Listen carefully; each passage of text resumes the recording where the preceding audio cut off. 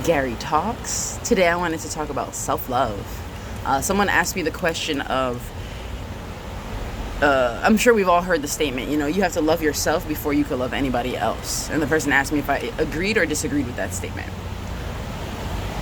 I both agree and disagree with that statement, right? I think that self-love is the most important love, because you loving somebody, it's you who is loving that person. So you are coming with all your things, right? You're coming with your baggage, you're coming with your stories, you're coming with your standards, you're coming with your expectations, you're coming with your how you treat yourself, right?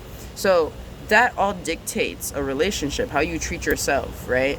So for instance, if I'm a very giving person, I will hopefully give to myself. A lot of people who are giving don't give to themselves, right? So say I give to myself, I can assume that I would give to other people too. There's also situations where, for instance, you give to other people and you don't give to yourself. I would say that's a situation. Is that a situation where you don't love yourself? Who am I to say? I do know that it is possible to treat others. The point of me bringing up that example, it's possible to treat others out of alignment with how you feel about yourself. There are people who hate themselves or who struggle to love themselves and then have relationships with other people that feel good. But then also when it comes down to it, this is why I think self-love is important. Your capacity to love other people comes from how much you can love yourself, right? So the more willing and able you are to love yourself deeply and embrace your shortcomings and embrace your flaws and celebrate your growth and your strengths, right? I think your ability to do that for yourself will be directly, or that will impact how you interact with other people, right? So like if you're not one to praise yourself, you likely won't praise other people. Or you praise a lot of other people and you don't praise yourself. There's just an imbalance, right? So then there's something that's not happening. There's not a good flow of love there. I think the challenge in saying like you gotta love yourself before you love other people is like a lot of people do not love themselves for a slew of reasons. And I think it's kind of fucked up to tell somebody, oh well, I mean, until you love yourself, nobody will love you. Because it's like, we all deserve love, I would say. And I would say that love doesn't happen in a vacuum. And I think a lot of the time, like people who, for instance, my mom, I'll just say the example of my mom. My mom grew up in a situation that I would say did not have a lot of love in it. And so she taught herself everything she knows about love through her relationship with me.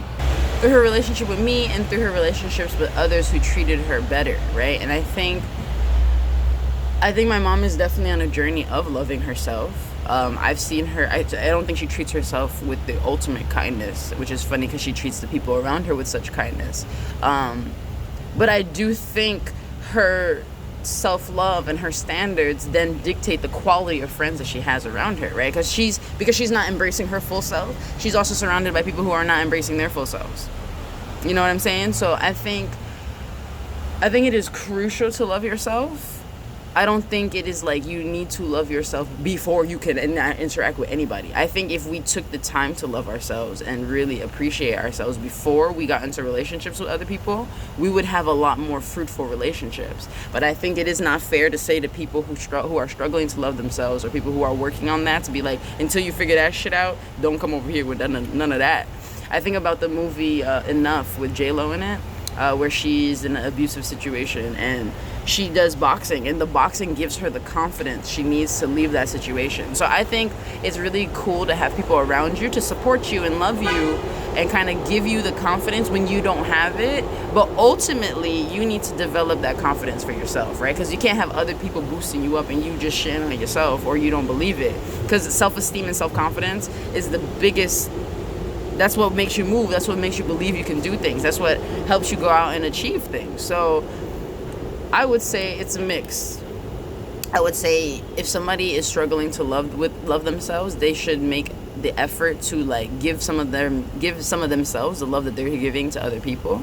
Right? So like if you like to take other people out and you like to go on long walks and you like to make people food, maybe do those things for yourself too, so that you can take part in some of your love as well. Because if you're just a giver, you got to assess, why do you keep giving? And are you pouring from an empty cup? And I think that's the biggest thing. If I think about cups, like you have to make sure your cup is filled before you can fill others. So yeah, it is really important to love yourself before or like in the midst of loving other people. Would I say that's the end all be all? Like you're not allowed to love anybody until you you love yourself. I mean, who am I to say, right? And I think a lot of us learn things in relation to other people. We learn what is acceptable and unacceptable. When we're children, like as you're making friends, that's kind of how you figure it out, you know? So those are my thoughts on that.